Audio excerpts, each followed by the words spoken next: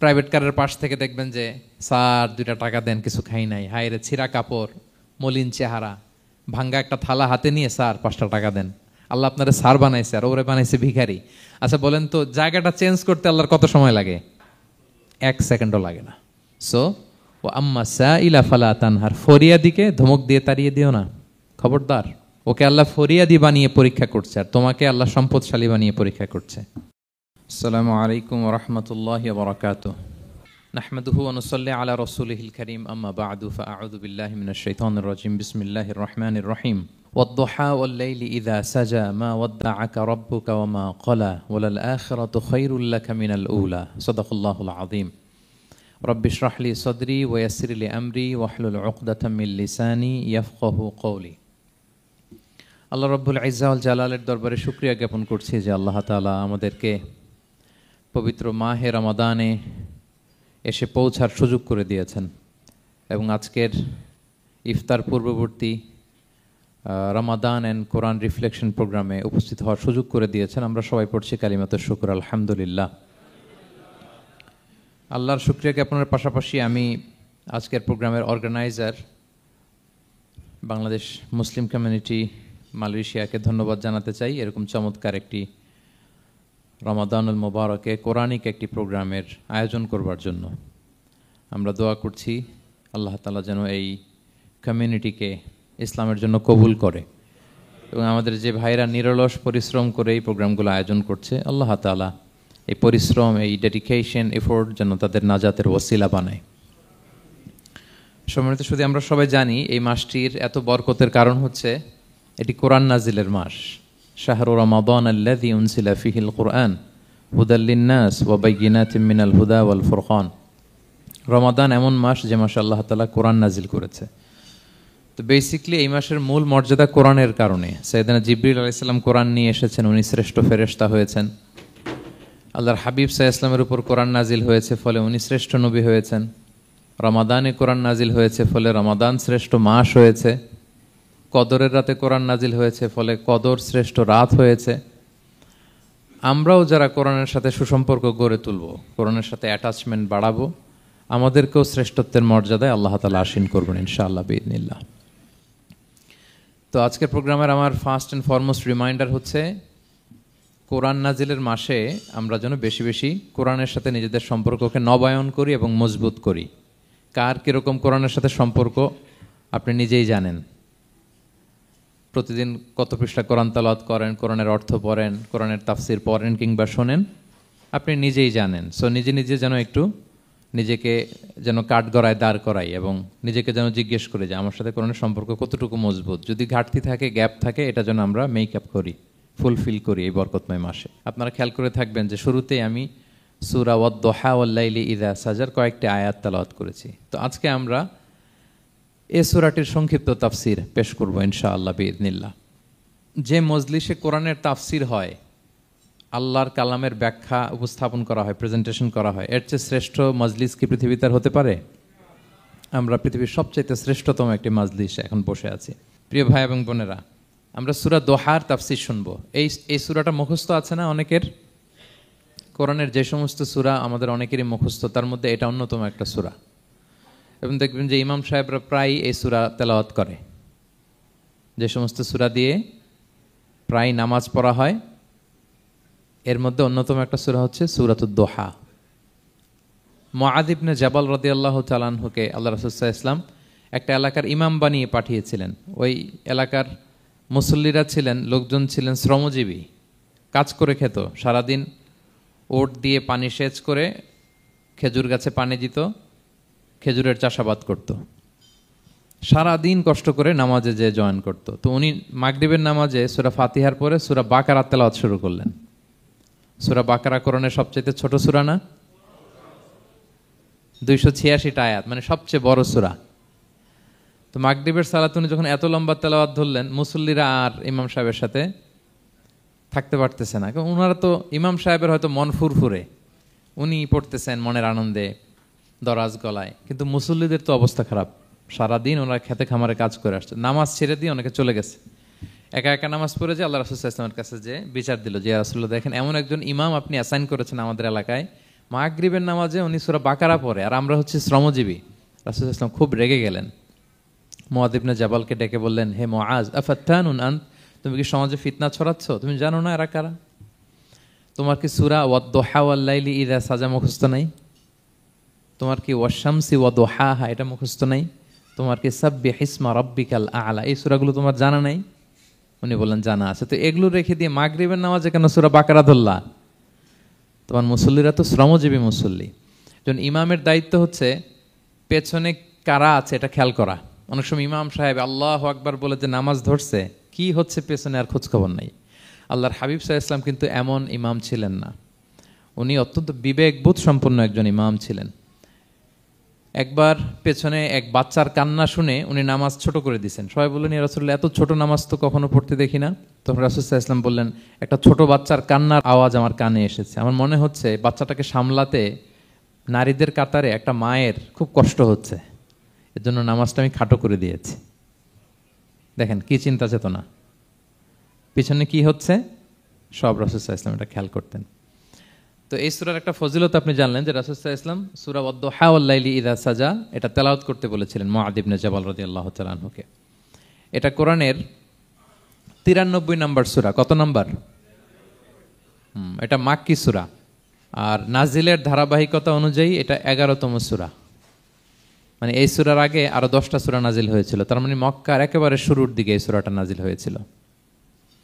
আপনারা জানেন যে এবছর আমার একটা বই এসেছে এক নজরে কোরআন নামে, সেখানে আমি প্রত্যেকটা সূরার সার সংক্ষেপ নিয়ে সংক্ষেপে, খুব সংক্ষেপে, কখনো যদি সুযোগ হয় আপনারা দেখবেন যে প্রত্যেকটা সূরা 5 পৃষ্ঠার মধ্যে আমরা নিয়ে আসার চেষ্টা করেছি।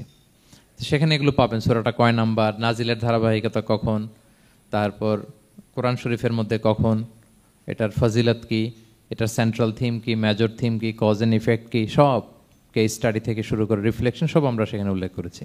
তো এই সূরাটা শুরুর দিকে, একেবারে শুরুর দিকে নাজিল হয়েছে, তার আগে মাত্র 10টি সূরা নাজিল হয়েছে। তো নাজিল হতে হতে 10টা সূরা যখন নাজিল হলো, এরপর অনেক দিন রাসূল সাল্লাল্লাহু আলাইহি ওয়াসাল্লামের কাছে কোনো সূরা নাজিল হয় না। কয়দিন নাজিল হয় না? কোনো বর্ণনায় 15 দিন, কোনো বর্ণনায় 1 মাস, কোনো বর্ণনায় 2 মাস, কোনো বর্ণনায় 6 মাস, টানা 6 মাসের গ্যাপ ওহী নাজিল হয় না। আল্লাহর হাবিব সাল্লাল্লাহু আলাইহি ওয়াসাল্লাম তিনি ওহী মিস করতে শুরু করলেন, যে ঘটনা কি, কোরআন নাজিল হচ্ছে না কেন, হঠাৎ এত গ্যাপ কেন? ওনার মাথায় কয়েকটা জিনিস ঘুরপাক খেলো। একটা ঘুরপাক খেলো যে আমার কোনো কাজে আল্লাহ আবার অসন্তুষ্ট হলো নাকি, অথবা আমি কোরআনের আয়াত এই বাণীগুলো পৌঁছে দেওয়ার ক্ষেত্রে আমার কোনো গাফলতি হয়ে গেল নাকি, সামহাও কি আল্লাহর সাথে আমার কানেকশন এটা কি লুজ হয়ে যাচ্ছে, আমি কি কোনোভাবে আল্লাহ থেকে দূরে সরে পড়তেছি। রাসূল সাল্লাল্লাহু আলাইহি ওয়াসাল্লাম টেনশনে পড়ে গেলেন, চিন্তায় পড়ে গেলেন, কি রে ওহী আসে না কেন, আসে না কেন, আসে না কেন। এটা ছিল একটা দিক। আরেকটা দিক হচ্ছে আল্লাহর হাবিব সাল্লাল্লাহু আলাইহি ওয়াসাল্লামের কাছে কোরআনের আয়াত যাই নাজিল হতো উনি যে লোকদের কাছে প্রচার করে দিতেন। এখন নাজিল হয়েছে এখনই যে প্রচার শুরু, রাতে নাজিল হয়েছে রাতেই প্রচার শুরু, দিনে নাজিল হয়েছে দিনেই প্রচার শুরু, যখন নাজিল তখন প্রচার। কারণ আল্লাহ তাআলা বলেছেন, ইয়া আইয়ুহার রাসূলু বাল্লিগ মা উনজিলা ইলাইক মির রাব্বিক, আপনার রবের পক্ষ থেকে যা নাজিল হয়েছে প্রচার করেন। তো এই যে মাঝখান দিয়ে কয়েক মাস যার কোনো প্রচার টচার করে না, মুশরিকরা টিটকারি মারতে শুরু করলো, বলে কি মুহাম্মদ, তোমার আল্লাহ তোমার ভুলে গেছে বোধহয়, তোমার আল্লাহ বোধহয় তোমাকে আর পছন্দ করে না। আগে তো প্রতিদিন কিছু না কিছু শোনাতা যে এইটা নাজিল হয়েছে, ওইটা আসছে, এই বিধান ওই বিধান, এখন তো কোনো খোঁজখবর নাই। ঘটনা কি? আল্লাহর হাবিব সাল্লাল্লাহু আলাইহি ওয়াসাল্লামের চাচি উম্মে জামিল, আবুল হাবির স্ত্রী, সে আরো খারাপ কথা বলল। সে বলল, ইন্না শাইতানাকা কদ তারাকাক, তোমার কাছে যে একটা শয়তান আসতো এখন বোধহয় আর আসে না মুহাম্মদ, নাউযুবিল্লাহি মিন যালিক। এটা দিয়ে জিবরিল আলাইহিস সালামকে বুঝিয়েছেন। জিবরিল এসে কি কি যেন বলে, কই এখন তো কিছু বলো না। তো রাসূল বলবে কি করে, কারণ তিনি তো মন গড়া কিছু বলতেন না। আল্লাহর হাবিব সাল্লাল্লাহু আলাইহি ওয়াসাল্লাম মনে যা ইচ্ছা হয়, মন গড়া কখনো কিছু বলেছেন? আওয়াজ করে বলেন, মন গড়া বলতেন তিনি? ওমা ইয়ান্তিকু আনিল হাওয়া ইন হুয়া ইল্লা ওয়াহয়ুন ইউহা, আল্লাহর ওহী আসলে সেটা শোনাতেন। তো ওহীও আসে না, উনি শোনাতেও পারে না, ওহীও নাই, উনি শোনাতেও পারে না। এই যে একটা কষ্টকর মুহূর্ত রাসূল সাল্লাল্লাহু আলাইহি ওয়াসাল্লামের, কিরে মাসের পর মাস চলে গেল, ওহী আসতেছে না কেন, আমার কি কোনো ভুল হচ্ছে নাকি, আল্লাহকে আমাকে অপছন্দ করলেন? রাসূল সাল্লাল্লাহু আলাইহি ওয়াসাল্লাম যখন এরকম দুশ্চিন্তিত, পেরেশান, অ্যাংজাইটিতে পড়ে গেলেন, ভারাক্রান্ত, ঠিক তখন রাসূল সাল্লাল্লাহু আলাইহি ওয়াসাল্লামকে সান্ত্বনা দেওয়ার জন্য এই সূরাটা আল্লাহ নাজিল করেছেন। সান্ত্বনা দেওয়ার জন্য এই সূরাটা বেশ আশা জাগানিয়া সূরা, মোটিভেশনাল সূরা, ইন্সপিরেশনাল সূরা। আপনার মন খারাপ হলে আপনি এই সূরাটা পড়বেন, এই সূরাটা, এবং এটার পরে আরেকটা সূরা আছে, সূরাতু আলাম নাশরাহ, আপনার মন ভালো হয়ে যাবে। এটাকে দি অ্যান্টি ডিপ্রেসেন্ট সূরা বলে, মানে ডিপ্রেশন কাটায় ফেলে।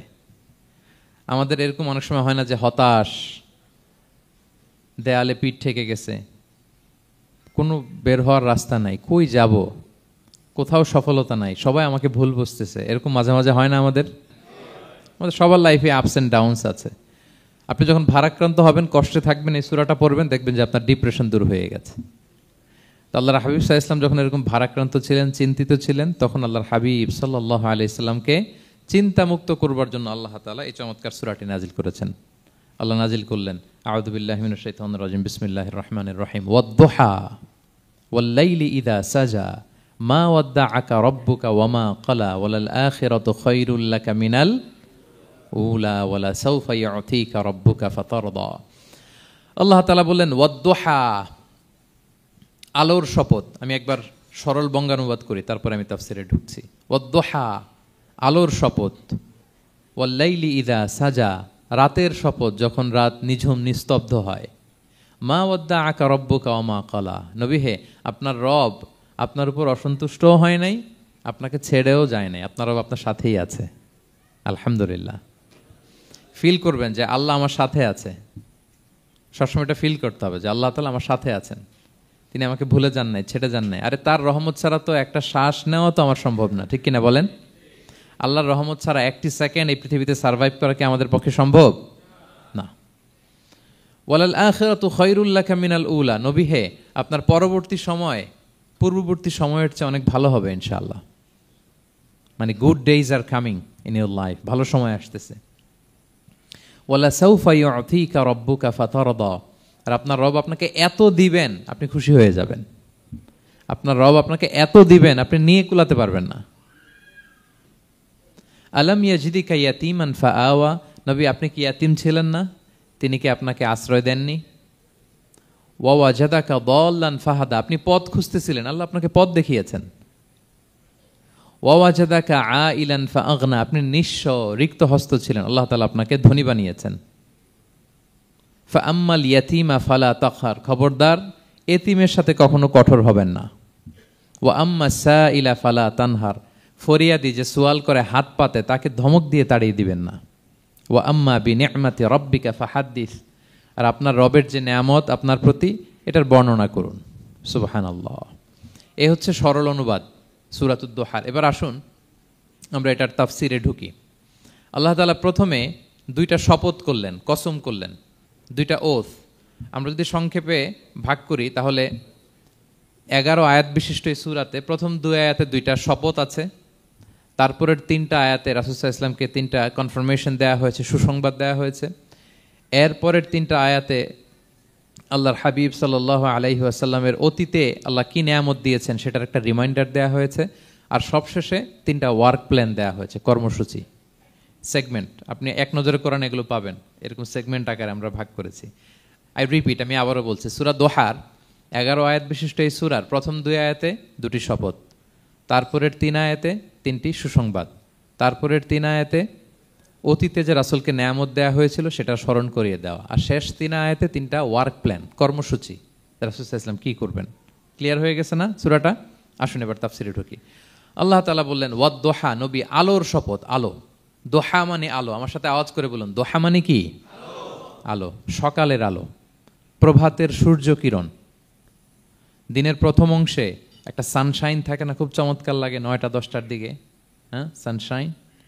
এই সকালের সানশাইনটাকে আরবিতে বলে দোহা। এই জন্য এই সময় আল্লাহর হাবিব সাল্লাল্লাহু আলাইহি ওয়াসাল্লাম নামাজ পড়তেন, এটাকে বলে সলাতুদ দোহা, মানে দোহার নামাজ। এটাকে বলে সলাতুদ দোহা, দোহার নামাজ। তো দেখেন রাসূল সাল্লাল্লাহু আলাইহি ওয়াসাল্লামের মন ভালো করবার জন্য প্রথমে আল্লাহর ওয়ার্ডিংটা দেখেন, আল্লাহ তাআলা কেমন চমৎকার শব্দ চয়েস করেন। প্রথমে আল্লাহ বললেন আলো। আলো বললেই তো মনটা ভালো হয়ে যায়, কি বলেন? এই আলো মানে আশার আলো, সম্ভাবনার আলো, প্রশান্তির আলো। ওয়াদ-দুহা, আলোর শপথ। মানে নবী আপনি হতাশ হবেন না, হাল ছাড়বেন না, ভরসা রাখুন। আপনি ঘর থেকে বের হন, দেখুন কি চমৎকার আলো। It's a beautiful day out there, জান, হোয়াট এ নাইস সানশাইন। কি চমৎকার উজ্জ্বল প্রভাতের সূর্য কিরণ, এত চমৎকার জলজলে সানশাইনিং এনভায়রনমেন্টে আপনার মন খারাপ হয় কি করে? ওয়াদ-দুহা, দোহার শপথ মানে প্রভাতের সূর্য কিরণের শপথ। আবার বললেন ওয়াল-লাইলি ইযা সাজা, রাতের শপথ, যখন সে রাত নিঝুম হয়, গভীর হয়, নিস্তব্ধ হয়, দুইটা শপথ, আলোর শপথ আর রাতের অন্ধকারের শপথ। আলোর শপথ বলে বেসিকলি আল্লাহ তাআলা ওহির আগমনকে বুঝিয়েছেন, আর রাতের শপথ বলে আল্লাহ তাআলা বেসিকলি ওহির অনুপস্থিতিকে বুঝিয়েছেন। মানে রাত দিন দুইটাই যেমনি লাগে, আল্লাহ তাআলা বোঝাতে চাইলেন নবী আপনি টেনশন করবেন না, আমি উইথ ইউ, আমি আপনার সাথে আছি। ওহি আসা না আসা দুইটাই গুরুত্বপূর্ণ। রেগুলার যদি ওহি আসে, এটা রিসিভ করতে আপনার কষ্ট হয়ে যাবে। আল্লাহর পক্ষ থেকে আসমানি কিতাবের যে ওহি, এটা সাধারণ কোনো কথা না। ইন্না সানুলকি আলাইকা কওলান সাকিলা, এটা খুব ভারী, হেভি ওয়েট। এটা পাহাড়ে নাজিল করলে, লাউ আনজালনা হাযাল কুরআনা আলা জাবাল লারাআইতাহু খাশিআম মুতাসাদ্দিআম মিন খাশিয়াতিল্লাহ, এটা মাউন্ট এভারেস্টের উপর নাজিল করলে পাহাড় ভেঙে খান খান হয়ে যেত। শীতের রাতে কোরআন নাজিল হলে রাসূল সাল্লাল্লাহু আলাইহি ওয়াসাল্লাম ঘেমে একাকার হয়ে যেতেন, কপাল বেয়ে টপ টপ করে ঘাম পড়তে ওহি রিসিভ করতে যেয়ে। তিনি ওটের উপরে করে মরুভূমিতে চড়ছেন, ওহি নাজিল হলে ওটের বুক মাটিতে মিশে যেত। এক সাহাবার মাথায়, পায়ের মধ্যে মাথা রেখে রাসূল সাল্লাল্লাহু আলাইহি ওয়াসাল্লাম শুয়েছিলেন, তখন ওহি নাজিল হলো। সাহাবা বলছেন ওহির ভারে মনে হচ্ছে যে আমার পায়ের হাড্ডিটাই ফেটে যাবে। তার মানে এটা খুব ভারী বাণী, খুবই ভারী, এটা সাধারণ কোনো কালাম না। তো এই যে রাসূল সাল্লাল্লাহু আলাইহি ওয়াসাল্লামের কাছে যে ওহি নাজিল হচ্ছিল, এটা যদি রেগুলার নাজিল হয়, এটা রিসিভ করা রাসূল সাল্লাল্লাহু আলাইহি ওয়াসাল্লামের জন্য সহজ হবে না, কঠিন হয়ে যাবে। রেগুলার ওহি নাজিল হলে এটার যে পাওয়ার, প্রেশার, রাসূল সাল্লাল্লাহু আলাইহি ওয়াসাল্লামের স্নায়ু এটা বরদাস্ত করতে পারবে না। তো আল্লাহ বোঝাতে চাইলেন নবী, আমি কাফির রাজা বলে আপনাকে আমি ভুলে গেছি, কখনো না, নেভার এভার। বরং আপনার যাতে একটু রেস্ট হয়, আরাম হয়, আপনাকে একটু কমফোর্ট দেওয়ার জন্য আমি সাময়িকভাবে ইচ্ছে করে ওহিটা বন্ধ রেখেছি। সুবহানাল্লাহ পড়বেন না? আপনার যাতে একটু কমফোর্ট হয়, আপনার যেন একটু আরাম হয়, ওহি রিসিভ করে করে যেন আপনি অভ্যস্ত হতে পারেন, এজন্য আমি ইচ্ছা করে আপনাকে একটু আরাম দেওয়ার জন্য ওহি বন্ধ রেখেছি। সারাদিন যদি, মানে দিনের 24 ঘন্টায় যদি সূর্য থাকে, ভাল লাগবে? আচ্ছা বলেন, 6 মাস টানা সূর্য ভাল লাগবে আপনার? রোদের গরমে আমরা অস্থির হয়ে যাব। তো 12 ঘন্টা সূর্যের আলোর পরে যেমনি রাতের দরকার আছে, আল্লাহ বোঝাতে চাইলেন ওহি নাজিল হওয়ার পাশাপাশি মাঝে মাঝে ওহি ব্রেক দেওয়ার দরকার আছে, ওহি বন্ধ থাকার দরকার আছে। ফলে আপনি হ্যাবিচুয়েটেড হবেন, ওহি রিসিভ করা না করা এটা আপনার জন্য ইজি হয়ে যাবে। যখন আপনি আপনার জন্য ওকে হয়ে যাবে, তখন আমি লাগাতার ওহি নাজিল করব। তাহলে ওরা যে বলে আমি আপনাকে ভুলে গিয়েছি, না, আমি আপনাকে ভুলি নাই, বরং আপনার আরামের জন্য খানিকটা সময় আপনাকে বিশ্রামের সুযোগ করে দেওয়ার জন্য আমি আল্লাহ ওহি বন্ধ রেখেছি। সুবহানাল্লাহ। তার মানে আল্লাহ তাআলা নবীকে ভুলেন নাই বা নবী সাল্লাল্লাহু আলাইহি ওয়াসাল্লামের উপর অসন্তুষ্ট হন নাই, ইচ্ছে করে আল্লাহ তাআলা কিছুদিন ওহি বন্ধ রেখেছেন। প্রতিদিন সূর্য থাকলে যেমনি ভাল লাগে না, মানে 24 ঘন্টা, এজন্য 12 ঘন্টা সূর্য দিয়ে আল্লাহ 12 ঘন্টা রাত দিয়েছেন, আমাদের আরামের, বিশ্রামের, ঘুমের আয়োজন করেছেন। ঠিক তেমনি রেগুলার ওহি রিসিভ করলে রাসূল সাল্লাল্লাহু আলাইহি ওয়াসাল্লামের জন্য কষ্ট হয়ে যাবে, এজন্য ইচ্ছে করে আল্লাহ গ্যাপ দিয়েছেন। আল্লাহর হাবিব সাল্লাল্লাহু আলাইহি ওয়াসাল্লামের উপর আল্লাহ অসন্তুষ্ট হননি। এটাই আল্লাহ তাআলা বললেন যে ওয়াদ-দুহা ওয়াল-লাইলি ইযা সাজা, প্রভাতের সূর্য কিরণের শপথ, রাতের নিঝুম নিস্তব্ধ পরিবেশের শপথ। মা ওয়াদ্দাআকা রাব্বুকা ওয়া মা ক্বালা, আপনার রব আপনারে ভুলেও যায় নাই, আপনারে ছেড়েও যায় নাই, আপনার উপর নাখোশও হয় নাই। সুবহানাল্লাহ। আপনার রব আপনার সাথেই আছে, এটা সবসময় ফিল করবেন যে আমার রব আমার সাথে আছে। এটা ফিল করলে আপনার মধ্যে যে সাহস আসবে, আপনি কল্পনাই করতে পারবেন না যে এত এনার্জি আপনার ভিতরে আসলো কি করে। আপনারা খেয়াল করেছেন, বছর খানিক আগে ভারতবর্ষের আমাদের এক বোনের সামনে কিছু সন্ত্রাসী, ওরা জয় শ্রীরাম জয় শ্রীরাম বলতেছিল, মনে আছে? কিন্তু আমার ওই বোন মুস্কান কি বলছিল বলেন তো? তার এক আল্লাহ আকবারে from north to south, from east to west, the entire globe প্রকম্পিত হয়েছে। আমরা সবাই পড়েছি আল্লাহু আকবার, সবাই আমরা কি পড়েছি? আল্লাহু আকবার। কারণ সে ফিল করেছে যে আল্লাহ আমার সাথে আছে। মনকে তুমি বুঝিয়ে বলো আল্লাহ আছেন আমার সাথে, এটা ফিল করতে হবে। আল্লাহর হাবিব সাল্লাল্লাহু আলাইহি ওয়াসাল্লামকে আল্লাহ তাআলা এইটাই অ্যাসিউরেন্স দিলেন, কনফার্মেশন দিলেন যে মা ওয়াদ্দাআকা রাব্বুকা ওয়া মা ক্বালা, আপনার রব আপনাকে ভুলে যায় নাই, আপনার রব আপনার প্রতি অসন্তুষ্ট হয় নাই। আমি ইচ্ছা করে ওহিটা বন্ধ রেখেছি যাতে আপনার আরাম হয়। সুবহানাল্লাহ। আল্লাহর হাবিব সাল্লাল্লাহু আলাইহি ওয়াসাল্লামের প্রতি আল্লাহ তাআলা কতটা টেক কেয়ার করতেন দেখেন। রেগুলার ওহি নাজিল হলে রাসূল সাল্লাল্লাহু আলাইহি ওয়াসাল্লামের কষ্ট হয়ে যাবে, এজন্য তিনি কিছুদিন ওহি বন্ধ রেখে রাসূল সাল্লাল্লাহু আলাইহি ওয়াসাল্লামকে বিশ্রামের ব্যবস্থা করে দিয়েছেন। তাহলে প্রথম 3টা আয়াত ক্লিয়ার না সবার কাছে? আচ্ছা, প্রথম 2টো আয়াতে 2টা শপথ গেল, এরপরে 3টা সুসংবাদ। সুসংবাদের প্রথমটা হলো আমি ভুলিও নাই ছাড়িও নাই, আপনার সাথে আছে। এরপর আল্লাহ বললেন ওয়ালাল আখিরাতু খায়রুল লাকা মিনাল উলা, নবী হে আপনার পরবর্তী সময় পূর্ববর্তী সময়ের চেয়ে ভালো হবে, নিশ্চয়ই আপনার পরবর্তী সময় পূর্ববর্তী সময়ের চেয়ে ভালো হবে। তার মানে গুড ডেইজ আর কামিং, ভালো সময় আপনার জীবনে আসছে, আপনি হতাশ হবেন না, নিরাশ হবেন না। এরপর আল্লাহ তাআলা বললেন, ওয়ালা সাউফা ইউতিকা রাব্বুকা ফাতারদা, নবী হ্যাঁ, আপনার রব আপনাকে এত দিবে আপনি খুশি হয়ে যাবেন। আপনার রব আপনাকে এত নেয়ামত দান করবে, আপনি আপনার রবের প্রতি সন্তুষ্ট হয়ে যাবেন। সুবহানাল্লাহ বিহামদি। এবং তাই হয়েছে। যারা আপনারা সিরাত পড়েছেন, যারা আল্লাহর হাবিব সাল্লাল্লাহু আলাইহি ওয়াসাল্লামের জীবনী নিয়ে ধারণা রাখেন, তারা দেখবেন যে আল্লাহর রাসূল সাল্লাল্লাহু আলাইহি ওয়াসাল্লাম যেখানেই মনে কষ্ট পেয়েছেন, বিষণ্ণ, চিন্তিত, তখনই আল্লাহ তাআলা রাসূল সাল্লাল্লাহু আলাইহি ওয়াসাল্লামের চিন্তা দূর করে রাসূল সাল্লাল্লাহু আলাইহি ওয়াসাল্লামকে সন্তুষ্ট করেছেন। যখনই রাসূল সাল্লাল্লাহু আলাইহি ওয়াসাল্লামের মনে কষ্ট, তিনি চিন্তিত, তখনই আল্লাহ তাআলা ওনাকে হ্যাপি করেছেন। কাইন্ড অফ রাসূলকে হ্যাপি করাই আল্লাহর কাজ, আল্লাহর হাবিব সাল্লাল্লাহু আলাইহি ওয়াসাল্লামকে হ্যাপি করাই আল্লাহ তাআলার কাজ। দেখেন কিভাবে আল্লাহ তাআলা আল্লাহর হাবিব সাল্লাল্লাহু আলাইহি ওয়াসাল্লামকে হ্যাপি করেছেন, একটু খেয়াল করে দেখেন। মক্কাতে যখন খুব জটিল অবস্থা, দাওয়াতি কাজ চালিয়ে নেওয়াটা রাসূল সাল্লাল্লাহু আলাইহি ওয়াসাল্লামের জন্য কষ্ট হয়ে যাচ্ছে, নমুসলিম সাহাবাদের উপর অত্যাচার, তখন আল্লাহর হাবিব সাল্লাল্লাহু আলাইহি ওয়াসাল্লাম দেখলেন যে এই মক্কার দুজনের একজনকে আমার চাই। তাদের একজন যদি ইসলামের ছায়াতলে আসে তাহলে ইসলামের পাল্লাটা ভারী হয়। কারা? একজন হচ্ছে ওমরে ফারুক আর একজন আবু জাহাল। দুজনের একজন তখন ইসলাম ধর্ম গ্রহণ করে নাই। তো রাসূল সাল্লাল্লাহু আলাইহি ওয়াসাল্লাম কেঁদে কেঁদে আল্লাহর কাছে ফরিয়াদ জানালেন, আল্লাহুম্মা আইজ্জাল ইসলামা বিআহাব্বি হাযাইন আর রাজুলাইনি ইনদাক। আল্লাহ, আমি কাউকে স্পেসিফিক তোমার কাছে চাই না, শুধু এটাই বলি, দুইজন লোকের নাম বলবো, এই দুইজন লোকের মধ্যে থেকে যাকে তোমার পছন্দ হয় তাকে তুমি ইসলামের ছায়াতলে এনে ইসলামকে শক্তিশালী করো। এক হচ্ছে আবু জাহাল, আরেক হচ্ছে ওমরে ফারুক। এই দোয়াটা তিনি করতে লাগলেন।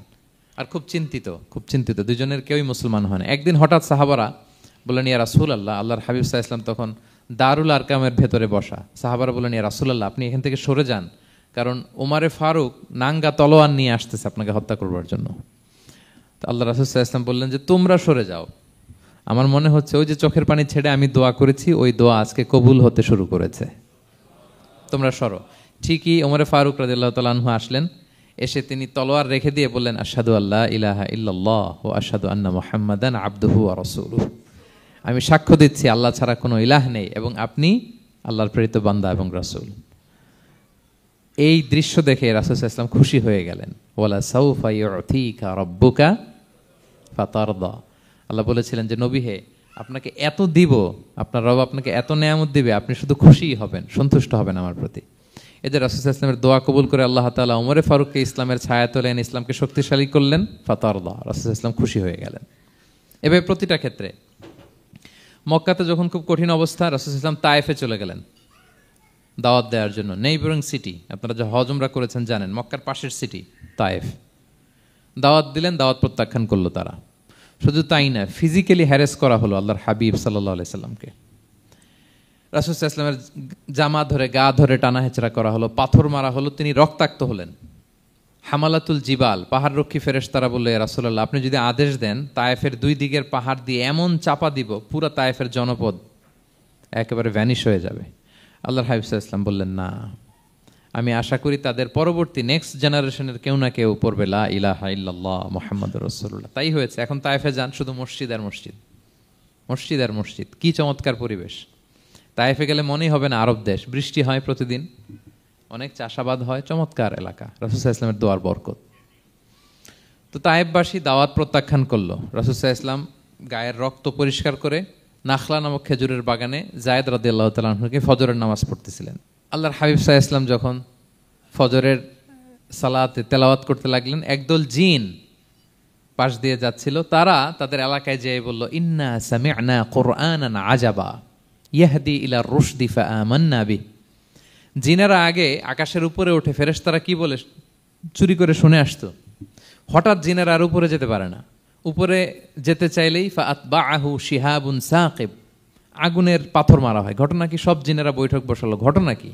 আগে কত তথ্য আগেই জেনে যেতাম, জেনে গণকদেরকে বলতাম, গণকরা আমাদেরকে ধন্যবাদ জানাইতো। তো এখন তো আসমানের সিকিউরিটি এত বেড়ে গেল কেন? কারণ কি? ওই যে শেষ নবী আসার কথা যে মনে হয় চলে আসছে, দেখো তো কোথায় আসছে উনি।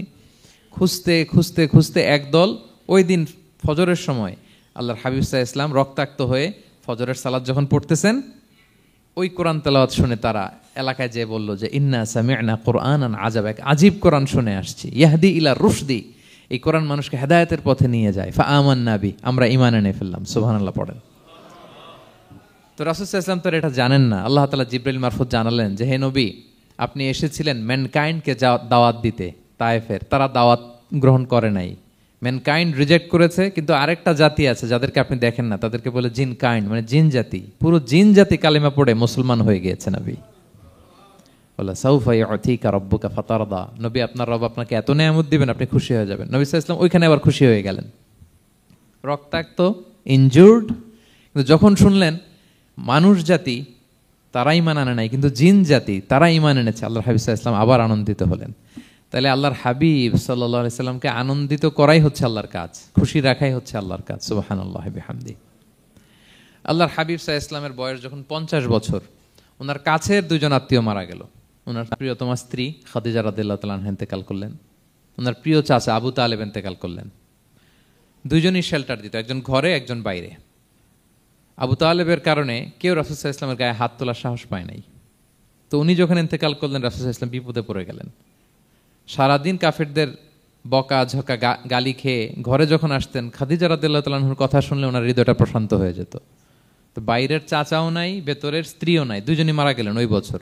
ওই বছরকে বলা হয় আমুল হুজন, মানে দুশ্চিন্তার বছর। এত ভারাক্রান্ত আল্লাহর হাবিব সাল্লাল্লাহু আলাইহি ওয়াসাল্লাম হলেন, চিন্তিত হলেন, মনটা ভেঙে খান খান। আল্লাহ তাআলা কিন্তু ঠিকই বোঝেন যে তার হাবিবকে কখন হ্যাপি করতে হবে। আল্লাহ তাআলা তখন সাইয়েদনা জিবরাইল আলাইহিস সালামকে পাঠালেন যে যাও, আমার বন্ধুকে আর পৃথিবীতে থাকার দরকার নাই, আমার বন্ধুকে ঊর্ধ্ব জগতের নৈশ ভ্রমণের ইনভাইটেশন দিয়ে আসো, মানে মেরাজের ইনভাইটেশন দিয়ে আসো। পড়েন সুবহানাল্লাহ।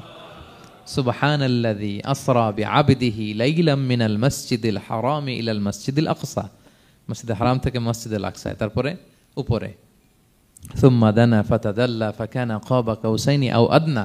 আল্লাহর আরশে চড়ে গেলেন, জান্নাত জাহান্নাম দেখিয়ে, নতুন কিছু গিফট দিয়ে, তার পেয়ারা হাবিবের মন ভালো করে এরপরে আবার দুনিয়ায় পাঠালেন।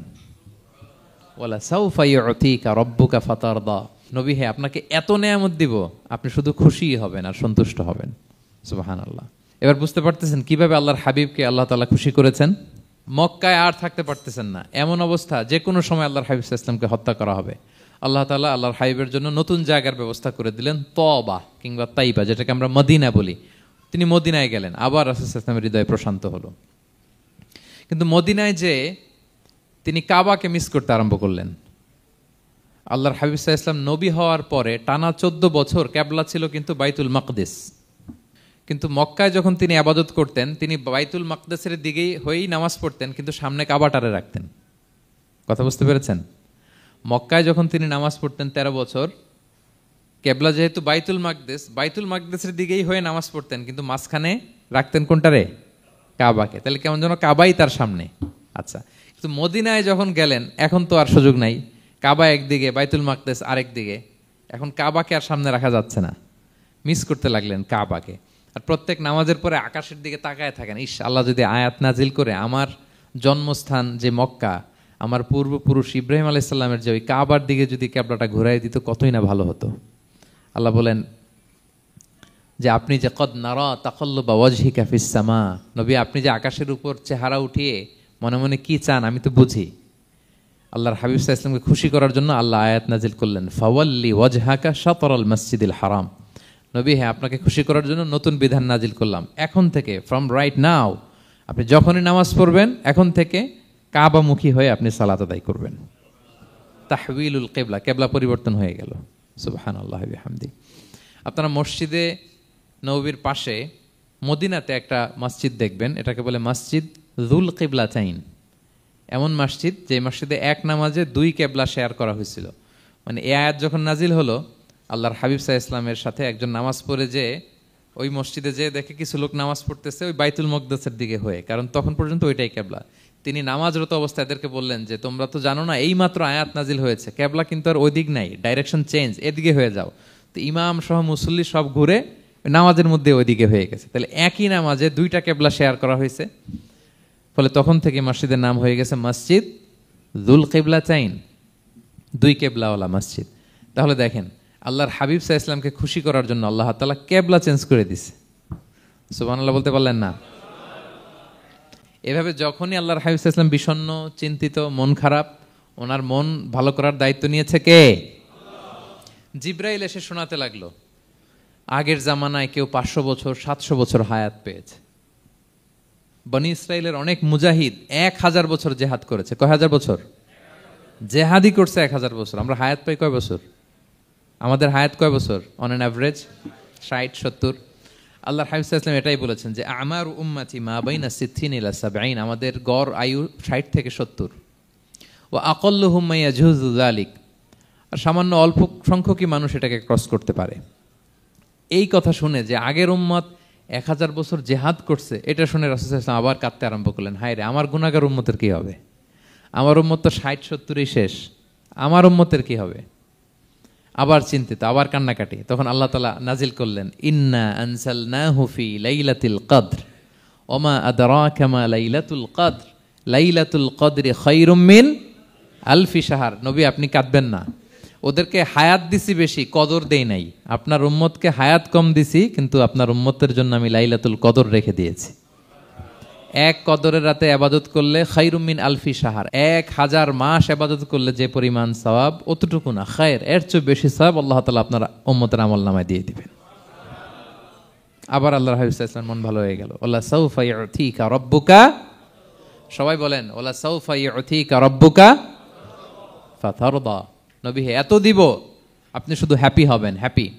এরপরে বদরের যুদ্ধে বিজয় দান করলেন, মক্কা বিজয় দান করলেন, তাবুক যুদ্ধে বিজয় দান করলেন।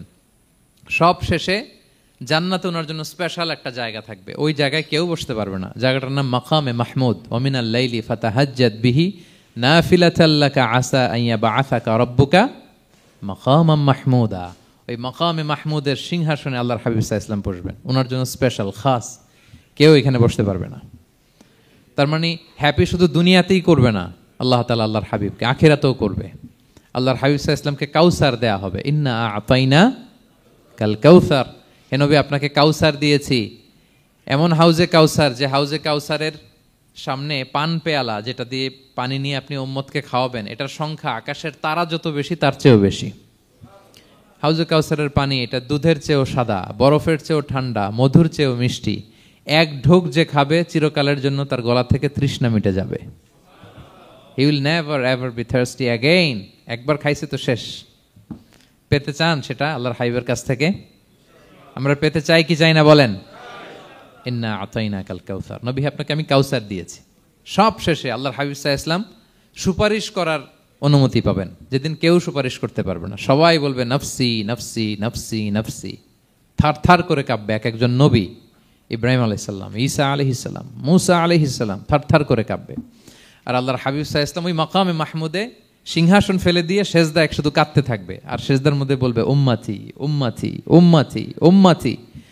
হে আল্লাহ আপনি আমার গুনাহগার উম্মতকে বাঁচান, আল্লাহ আপনি আমার গুনাহগার উম্মতকে বাঁচান, আল্লাহ আপনি আমার গুনাহগার উম্মতকে বাঁচান। আল্লাহ তাআলা এটা সহ্য করতে না পেরে জিবরাইল আলাইহিস সালামকে বলবেন যে ওয়াসআলহু মা ইউবকিক, জিবরাইল যাও জিজ্ঞেস করো তো আমার বন্ধু এত কাঁদে কেন, কি চায় জিজ্ঞেস করো। তো আল্লাহর হাবিব সাল্লাল্লাহু আলাইহি ওয়াসাল্লাম বলবেন আল্লাহুম্মা উম্মতি উম্মতি, আল্লাহ আমার উম্মতকে বাঁচান, আমার গুনাহগার উম্মতকে বাঁচান। আল্লাহ তাআলা এবার জিবরাইল মারফত বলবেন যে ইযহাব ইলা মুহাম্মদ সাল্লাল্লাহু আলাইহি ওয়াসাল্লাম, যাও মুহাম্মদের কাছে যাও, ওয়াকুল লাহু, তাকে বলো দুনিয়াতে যেমনি কখনো কষ্ট পেতে দেই নাই, বারবার তাকে হ্যাপি করেছি, খুশি করেছি। ওয়া ইন্না সানুরদিকা ফি উম্মাতিকা ওয়ালা নাসুউক, আজকের এই কঠিন দিনেও আমার হাবিবকে আমি কষ্ট দিব না, তার উম্মতের ব্যাপারেও তাকে আমি খুশি করে দেব।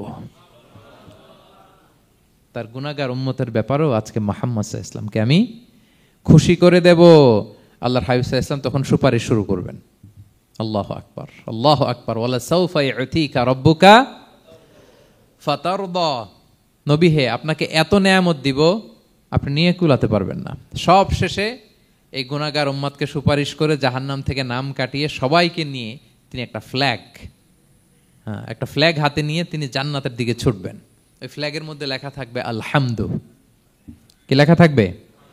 মানে প্রশংসা, প্রশংসার পতাকা। নিজেও তো প্রশংসিত। মুহাম্মদ মানে কি জানেন? মুহাম্মদ মানে কি? প্রশংসিত। এই কারণে মুহাম্মদ সাল্লাল্লাহু আলাইহি ওয়াসাল্লামকে মক্কার লোকেরা গালি দিয়েও শান্তি পেত না। মানে যদি বলি এই প্রশংসিত লোকটা খারাপ, কথাটা হইল? প্রথমে আগে বলা লাগে কি? প্রশংসিত। মুহাম্মদ মানে কি? তো এই জন্য মক্কার লোকেরা রাসূল সাল্লাল্লাহু আলাইহি ওয়াসাল্লামকে মুহাম্মদ না বলে ডাকতো মুদাম্মাম, মানে নিন্দিত। তো মুদাম্মাম তো রাসূলের নাম না, রাসূল সাল্লাল্লাহু আলাইহি ওয়াসাল্লামের নাম কি? মুহাম্মদ, প্রশংসিত। এই জন্য গালি দিয়েও তারা মজা করতে পারতো না, সুবিধা করতে পারতো না। গালি দিলেও আগে প্রশংসা করে নেওয়া লাগতো। প্রথমে বলতো মুহাম্মদ পাগল, এরকম বলতো নাউযুবিল্লাহ, তার মানে প্রশংসিত লোকটা পাগল হইলো, এটা গালি হয়েছে, ঘুরে ফিরে তো প্রশংসাই হয়ে গেল। তো আল্লাহর হাবিব সাল্লাল্লাহু আলাইহি ওয়াসাল্লাম লিওয়াউল হামদ, প্রশংসার ফ্ল্যাগ নিয়ে বিশাল উম্মতকে নিয়ে জান্নাতে অভিমুখে যাবেন এবং জান্নাতের দরজায় হি উইল বি দা প্রথম নক করবেন উনি। তখন জান্নাতের রক্ষী ফেরেশতা বলবে মান আনতা, কে? আল্লাহর হাবিব সাল্লাল্লাহু আলাইহি ওয়াসাল্লাম বলবেন আনা মুহাম্মদ, আমি মুহাম্মদ। তো ফেরেশতা বলবে আমরা দাঁড়ায় আছি এজন্য আল্লাহ বলে দিয়েছেন মুহাম্মাদের আগে কাউকে যেন এন্ট্রি দেয়া না হয়, আপনার আগে যেন কারো জন্য জান্নাতের দরজা না খুলি, স্পেশাল উপর থেকে অর্ডার আছে। আপনি যেহেতু নক করেছেন, ওয়েলকাম, আসেন। পুরো উম্মাহ নিয়ে আল্লাহর হাবিব সাল্লাল্লাহু আলাইহি ওয়াসাল্লাম জান্নাতে ঢুকবেন। ওয়ালা সাউফা ইউতিকা রাব্বুকা ফাতারদা, নবী হে আপনাকে অচিরেই এত নেয়ামত দিব আপনি সন্তুষ্ট হয়ে যাবেন। প্রথম দুইটা শপথ গেল, এরপর তিনটা সুসংবাদ গেল। এরপর আল্লাহ তাআলা অতীতে যে নবীর পাশে ছিলেন, অতীতে যে বিভিন্ন নেয়ামত দিয়ে আল্লাহর হাবিব সাল্লাল্লাহু আলাইহি ওয়াসাল্লামকে আল্লাহ তাআলা ধন্য করেছেন, এগুলো রিমাইন্ডার দিচ্ছেন যে নবী আপনি কেন চিন্তিত হন, আমি আগেও ছিলাম আপনার সাথে, এখনো আছি, ভবিষ্যতেও থাকব।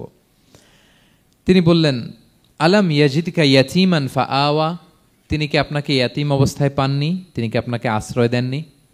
আপনারা জানেন আল্লাহর হাবিব সাল্লাল্লাহু আলাইহি ওয়াসাল্লাম যখন মায়ের পেটে, তখনই তার পিতা দুনিয়া থেকে ইন্তেকাল করেছেন। মায়ের পেটে তার বয়স হচ্ছে 6 মাস, দুনিয়াতে আসেননি আল্লাহর হাবিব সাল্লাল্লাহু আলাইহি ওয়াসাল্লাম রাহমাতাল লিল আলামিন। মায়ের পেটে থাকা অবস্থায় বাবা হারিয়েছেন, দুনিয়াতে আসলেন 6 বছর বয়সে তিনি মাকে হারিয়েছেন। কয় বছর বয়সে? 6 বছর। তারপর মায়ের ইন্তেকালের পরে দাদার কাছে, আব্দুল মুত্তালিবের কাছে লালিত পালিত হতে লাগলেন। 8 বছর বয়সে দাদাও ইন্তেকাল করলেন। বাবা চলে গেলেন জন্মের আগে, মা চলে গেলেন 6 বছর মানে শিশু থাকতে। 8 বছর বয়সে তো শিশু, দাদাও চলে গেলেন। 8 বছর বয়স থেকে আল্লাহর হাবিব সাল্লাল্লাহু আলাইহি ওয়াসাল্লাম চাচার কাছে এতিম অবস্থায় লালিত পালিত হতে লাগলেন। এবং আবু তালেব এত ভালোবাসতো, ইমান আনে নাই, শেষ পর্যন্ত ইমান আনেনি, শিরকের উপরে ইন্তেকাল করেছে, কিন্তু আল্লাহর হাবিব সাল্লাল্লাহু আলাইহি ওয়াসাল্লামকে এত ভালোবেসেছেন, বাবার যে কি মানে পিতৃ স্নেহের যে কি মায়া, এটা বুঝতে দেন নাই কখনো, এটার অভাব কখনো তিনি টের পান নাই, ওনার যে বাবা নাই আবু তালেবের কারণে। এতটা ভালোবেসেছেন। তার মানে কখনোই রাসূল সাল্লাল্লাহু আলাইহি ওয়াসাল্লামকে লালন পালন, রক্ষণাবেক্ষণ, টেক কেয়ারের কোনো গ্যাপ আল্লাহ তাআলা রাখেননি। হালিমাতু সাদিয়ার কাছে, পরে মায়ের কাছে, উম্মে আইমানের কাছে, দাদা আব্দুল মুত্তালিবের কাছে, পরে চাচার কাছে, একটার পর একটা স্লট বাই স্লট রেডি। সেটাই স্মরণ করে দিলেন যে নবী এমন তো হয় নাই যে আপনাকে লালন পালনের জন্য কেউ ছিল না। আলাম ইয়াজিদকা ইয়াতীমান ফাআওয়া, আপনার রব কি আপনাকে ইয়াতীম অবস্থায় আশ্রয়ের ব্যবস্থা করে দেননি? মানে তখন তো আমি ছিলাম আপনার সাথে, কেউ ছিল না, তখন তো আমি ছিলাম। তো আপনার তো ভয় কিসের? আপনি হতাশ হবেন না, নিরাশ হবেন না, হাল ছাড়বেন না আপনি। তাহলে প্রিয় ভাইরা, আল্লাহর হাবিব সাল্লাল্লাহু আলাইহি ওয়াসাল্লাম ইয়াতীম অবস্থায় পৃথিবীতে এসেছিলেন এবং এজন্য ইয়াতীমের সাথে ভালো আচরণ তিনি করতে বলতেন আল্লাহর হাবিব সাল্লাল্লাহু আলাইহি ওয়াসাল্লাম। যারা এতিমকে ভালোবাসে আল্লাহ তাদেরকে ভালোবাসে। এবং আল্লাহর হাবিব সাল্লাল্লাহু আলাইহি ওয়াসাল্লাম বলতেন আনা ওয়া কাফিলুল ইয়াতীমি ফিল জান্নাতি কাহাতাইন, আমি এবং এতিমের রক্ষণাবেক্ষণকারী এইভাবে প্রতিবেশীর মতো জান্নাতে থাকব। এই 2 আঙ্গুলের মাঝে যেমনি গ্যাপ নাই, আমার আর এতিমের রক্ষণাবেক্ষণকারী তার বাড়ির মাঝখানে কোনো গ্যাপ থাকবে না জান্নাতে। We will be neighbour in paradise, জান্নাতে এরকম আমরা কাছাকাছি থাকবো। আল্লাহু আকবার পড়েন। তাহলে এতিমের রক্ষণাবেক্ষণকারীকে আল্লাহ তাআলা ভালোবাসেন। যারা এতিমকে পছন্দ করে না, এতিমকে তাড়িয়ে দেয়, তাদেরকে আল্লাহ পছন্দ করেন। আল্লাহ তাআলা বলেন আরাআইতাল্লাযী ইউকাযযিবু বিদ্দীন ফাযালিকাল্লাযী ইয়াদউল ইয়াতীম, যারা আখিরাতকে অবিশ্বাস করে তারাই এতিমকে ঘাড় ধাক্কা দিয়ে তাড়িয়ে দেয়। কোনো বিশ্বাসী কখনো এতিমের সাথে খারাপ আচরণ করে না। আপনাদের যাদের মন শক্ত, অনেকের চোখ দিয়ে পানি নামে না। আমার এক আত্মীয় আছে খুব আল্লাহওয়ালা, আমার জীবনে এত আল্লাহওয়ালা আমি দেখি নাই, কিন্তু ওনার চোখ দিয়ে পানি নামে না। বারবার এসে আমারে বলে যে মিজান কি করবো বলো, তুমি একটু মোনাজাত ধরো। আমার মনে আছে আমি ওনাকে নিয়ে মোনাজাত ধরতাম, তো ওনার কান্না আসে না চোখ দিয়ে। এত আল্লাহওয়ালা, খুব ভালো মানুষ, কিন্তু চোখ দিয়ে পানি নামে না। এটা অনেকের হয়, নানা কারণে হয়।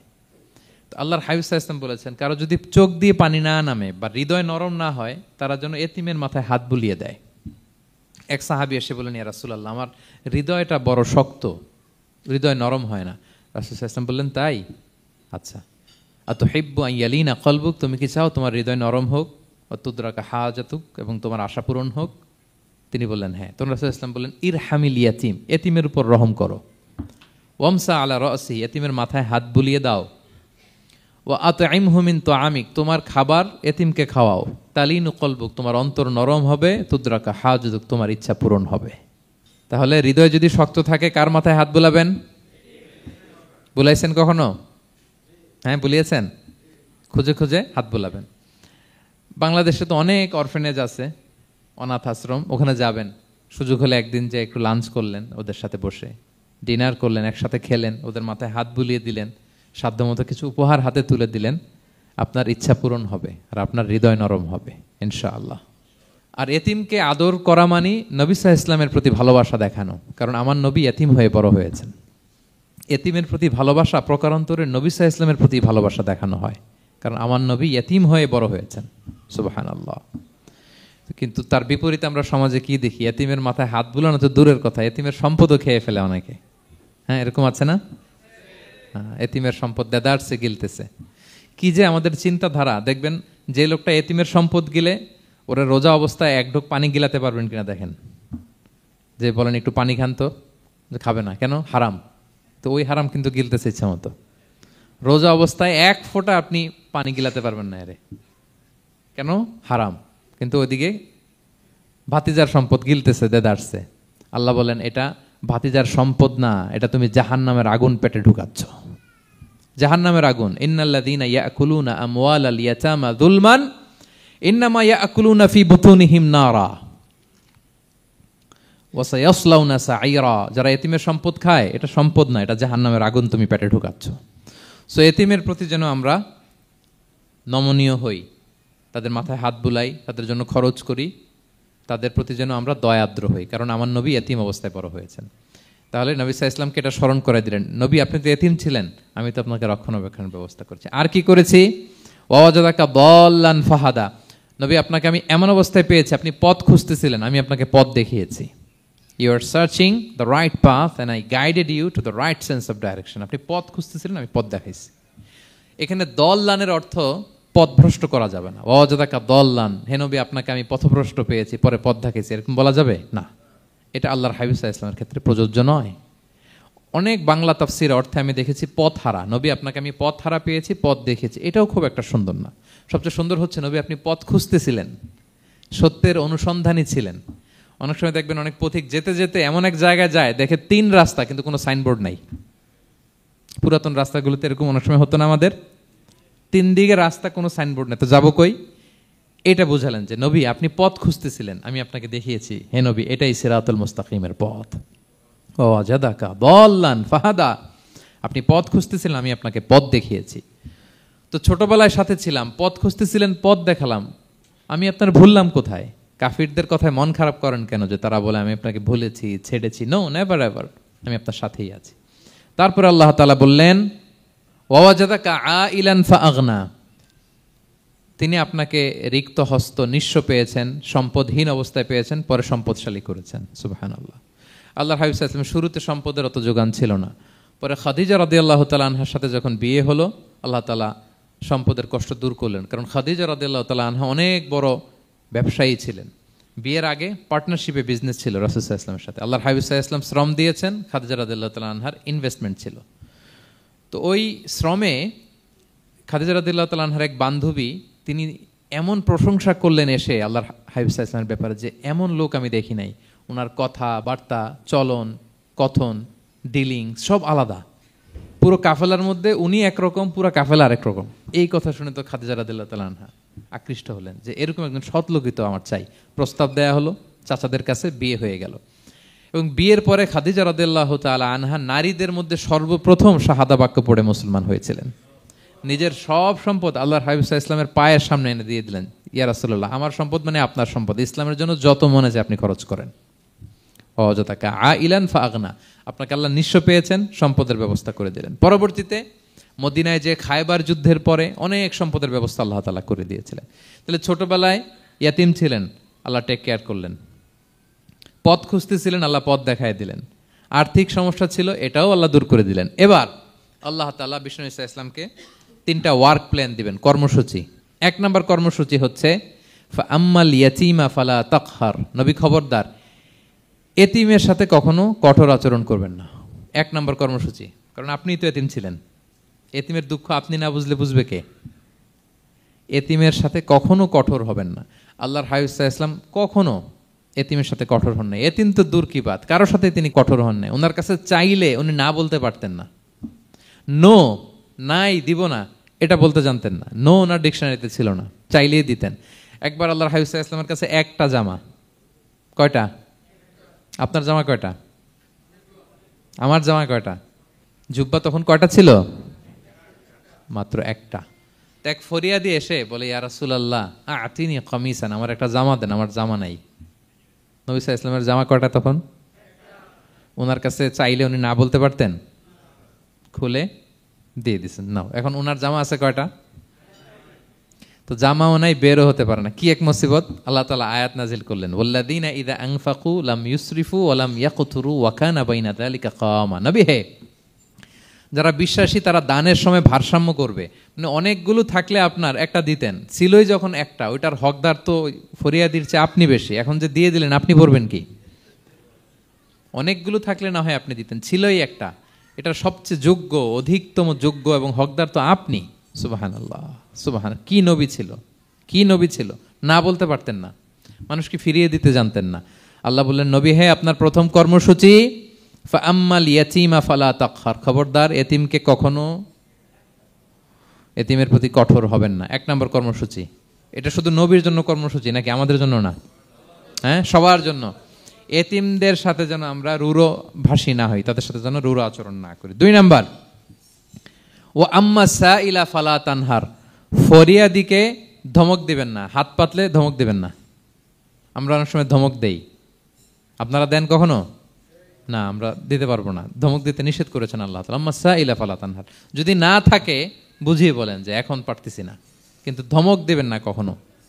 কারণ আপনি এখন বড় সাহেব হয়ে গেছেন, প্রাইভেট কারের পাশ থেকে দেখবেন যে স্যার 2টা টাকা দেন, কিছু খাই নাই। হায় রে, ছিঁড়া কাপড়, মলিন চেহারা, ভাঙ্গা একটা থালা হাতে নিয়ে, স্যার 5টা টাকা দেন।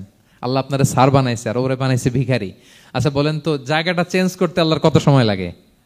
ওরে ভিতরে বসায় স্যার বানাবে আর আপনারে ভাঙ্গা একটা থালা দিয়ে এরকম ওই যে টোল টোল যেখানে নেয় ওখানে দাঁড় করাবে। বলেন আল্লাহর কয় সেকেন্ড লাগবে? লাগবে? লাগবে? 1 সেকেন্ডও লাগে না। সো ও আম্মা সাইলা ফালা তানহার। ফরিয়াদিকে ধমক দিয়ে তাড়িয়ে দিও না, খবরদার। ওকে আল্লাহ ফরিয়াদি বানিয়ে পরীক্ষা করছে, আর তোমাকে আল্লাহ সম্পদশালী বানিয়ে পরীক্ষা করছে। তাহলে 1 নম্বর কর্মসূচি ছিল এতিমের সাথে রূঢ়ভাষী হবেন না। 2 নম্বর হচ্ছে ফরিয়াদিকে ধমক দিবেন না। 3 নম্বর, ওয়া আম্মা বিনি'মাতি রাব্বিকা ফাহাদ্দিস। আল্লাহ তাআলা আপনাকে যে নেয়ামত দিয়েছে, এই নেয়ামতের আপনি কি করেন? বর্ণনা করেন। ওয়া আম্মা বিনি'মাতি রাব্বিকা ফাহাদ্দিস। আল্লাহ নেয়ামতের বর্ণনা করেন, শুকরিয়া করেন। কারণ আল্লাহ তাআলা আমাদের অনেককে ইয়তিম বানায় নাই, আমাদেরকে ফরিয়াদি বানায় নাই। আমরা অনেকেই আছি, আমরা এখনো ইয়তিম না। আমার আব্বা আম্মা এখনো বেঁচে আছেন, আমাদের অনেকের আব্বা আম্মা বেঁচে আছেন। ইয়তিম মূলত ছোট অবস্থায় যদি বাবা মারা যায় তাকে আরবিতে ইয়তিম বলে। মান মাতা আবুহু ওয়া হুয়া সগীর। কেউ ছোট, তার বাবা মারা গেছে, তাকে শরীয়তের পরিভাষায় কি বলে? ইয়তিম। তা আমরা অনেকেই তো ইয়তিম না, আমরা অনেকেই তো অন্যের কাছে হাত পাতা লাগে না। তো আমরা ভালো আছি না? আমাদের দেখবেন যে প্রায় হিসাবটা হচ্ছে আমার কি নাই। আমাদের হিসাবটা কি? কি নাই। কি যে আছে এটার হিসাব করে কুলানোও যাবে না, ঠিক কিনা বলেন? হ্যাঁ, ঠিক যেই মুহূর্তে এখানে বসে আমরা এই চমৎকার ইফতারি নিয়ে বসে আছি, ঠিক একই মুহূর্তে দেখবেন যে হসপিটালের আইসিইউতে শুয়ে শুয়ে কাতরাচ্ছে অনেকে। হ্যাঁ, ঠিক এই মুহূর্তে কিডনি ডায়ালিসিস চলতেছে, দেখছেন? কিডনি পেশেন্ট এদিকে ছিদ্র করে ব্লাড সব বের হয়ে রিফাইনিং হয়ে আরেক দিক দিয়ে ঢুকে। ওর চিৎকার শুনলে, বার্ন ইউনিটে গেছেন কখনো? আগুনে পোড়া রুগী, আপনার তো অনেক কিছু নাই, আমার এটা নাই, ওইটা নেই, আল্লাহ এটা দিল না, এটা নিয়ে আসেন। আপনি বার্ন ইউনিটে একদিন যায়েন, তাহলে বুঝবেন যে আল্লাহ আপনারে কত শান্তিতে রেখেছে। না খেয়ে কয় রাত কাটিয়েছি আমরা, বলেন তো? কত লোক বাড়ি ভাড়া পরিশোধ করতে পারে না, ঋণের বোঝায় জর্জরিত, দুরারোগ্য ব্যাধিতে আক্রান্ত, ক্যান্সারের লাস্ট স্টেজে, তাদের সাথে একটু দেখা করেন। ফোর্থ স্টেজে চলে আসছে ক্যান্সার পেশেন্ট, তার চেহারা, তার খাবার, তার চলাফেরা, কিভাবে তার প্রতিটা সেকেন্ড কাটে, একটু দেখে আসবেন, তাইলে বুঝবেন যে কত আল্লাহর দেয়া নেয়ামতের সাগরে হাবুডুবু খাই আমরা। এই জন্য আল্লাহ বলেছেন 3 নম্বর কর্মসূচি হচ্ছে ওয়া আম্মা বিনি'মাতি রাব্বিকা ফাহাদ্দিস, আল্লাহর নেয়ামতের শুকরগুজার হও। আল্লাহ যে নেয়ামত দিয়েছে এই নেয়ামত তুমি বর্ণনা করো। অনেকে আছে আল্লাহর নেয়ামত দিলে ওটা প্রকাশ করতে চায় না, এটা আল্লাহ পছন্দ করে না। মানে আপনি যদি অনেক সম্পদশালী হন, আপনি সুন্দর পরিচ্ছন্ন জামা পরবেন, মানুষকে দান করবেন, আপনার বাড়ি ঘর সুন্দর হবে, এটা নিষেধ নয়, এটা ভালো। আপনি আল্লাহর দেয়া নেয়ামত ব্যবহার করতে পারবেন এবং বলতেও পারবেন, কিন্তু শুকরান লা ফখরান, শুকরিয়া স্বরূপ বলবেন, ফখর করে অহংকার করে না। বলতে পারেন আলহামদুলিল্লাহ, আল্লাহ তাআলা আমাকে 4টা ছেলে দান করেছে, 4 জন হাফেজ, আল্লাহ তাআলা আমাকে থাকার মতো একটা ঘর দিয়েছে, একটা বাড়ি দিয়েছে, একটা গাড়ি দিয়েছে, সম্মান নিয়ে সমাজে চলার মতো আল্লাহ তাআলা আমাকে দিয়েছেন। এটা যদি আপনি শুকরিয়া স্বরূপ বলেন, এটাতে সমস্যা নেই, কিন্তু অহংকার নিয়ে বলা যাবে না। ইন্নাল্লাহা ইউহিব্বু আইয়ারা আসারা নি'মাতিহি আলা আবদিহি, আল্লাহ তাআলা যে নেয়ামত তার বান্দাকে দিল ওইটার একটা নমুনা দেখতে আল্লাহ পছন্দ করে। আল্লাহ বানাইছে আপনার বিলিয়নিয়ার, আপনি হচ্ছেন ছেঁড়াপাড়া জামা পরে চলেন, হবে? বানাইছে আল্লাহ তাআলা আপনাকে অনেক সম্পদশালী, আপনার চলা ফেরা কোনো রুচিই নাই, এটা হইলো না। আল্লাহ চায় যে তোমার যে নেয়ামত দিছে এটার একটা নমুনা তোমার মধ্যে থাক, এটাও শুকরগুজার হওয়ার একটা আলামত। তাহলে 3 নম্বর কর্মসূচি কি? ওয়া আম্মা বিনি'মাতি রাব্বিকা ফাহাদ্দিস, আল্লাহর নেয়ামতের শুকরগুজার হও, আল্লাহ তাআলা যে নেয়ামত দিয়েছে সেটা বর্ণনা করো। তাহলে প্রিয় ভাইরা, সূরাতুদ দোহা এটা হচ্ছে একটা মোটিভেশনাল সূরা, আশা জাগানিয়া সূরা, অ্যান্টি ডিপ্রেশন বলি আমি এই সূরাটাকে। ডিপ্রেশন থাকলে চলে যাবে, কারণ ওয়ালাল আখিরাতু খায়রুল লাকা মিনাল উলা, হে নবী আপনার পরবর্তী সময় আপনার পূর্ববর্তী সময়ের চেয়ে ভালো। সবসময় আশাবাদী হবেন। সূরা দোহার 1 নম্বর শিক্ষা হচ্ছে বি অপটিমিস্টিক, মানে অপটিমিজম, আশাবাদী হওয়া, নিরাশ হওয়া যাবে না। বিশ্বাসীদের, মুমিন মুসলিমের ডিকশনারিতে হতাশা নিরাশা নাই, আমার ডিকশনারিতে অন্তত নাই, আপনাদের আছে কিনা জানি না। আজকে থেকে বলেন আপনাদের ডিকশনারিতে হতাশা নিরাশা রাখবেন? আমাদের কোনো হতাশা নাই, নিরাশা নাই, কারণ আমরা যে পরিস্থিতিতে থাকি না কেন আমাদের সাথে কে আছেন? লা তাহজান ইন্নাল্লাহা মা'ানা, চিন্তিত হয়ো না, আল্লাহ আমার সাথে আছেন।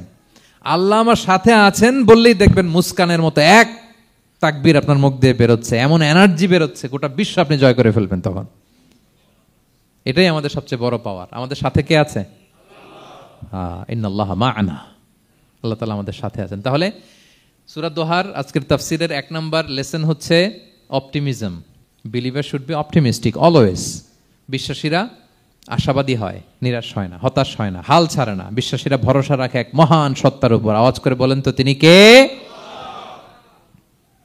আল্লাহর উপর ভরসা রাখে, আমরা নিরাশ হই না। 2 নম্বর শিক্ষা হচ্ছে গ্রেটফুলনেস, কৃতজ্ঞতা।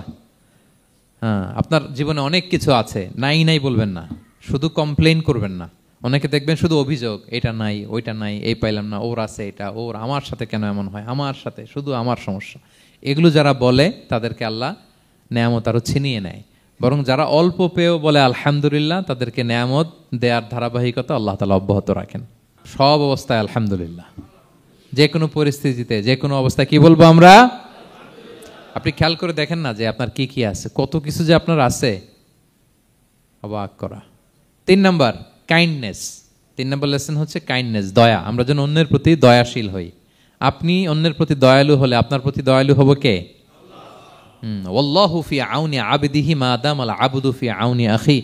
আল্লাহ ততক্ষণ পর্যন্ত কোনো বান্দার সাহায্যে থাকে যতক্ষণ পর্যন্ত ওই বান্দা তার ভাইয়ের সাহায্যে থাকে।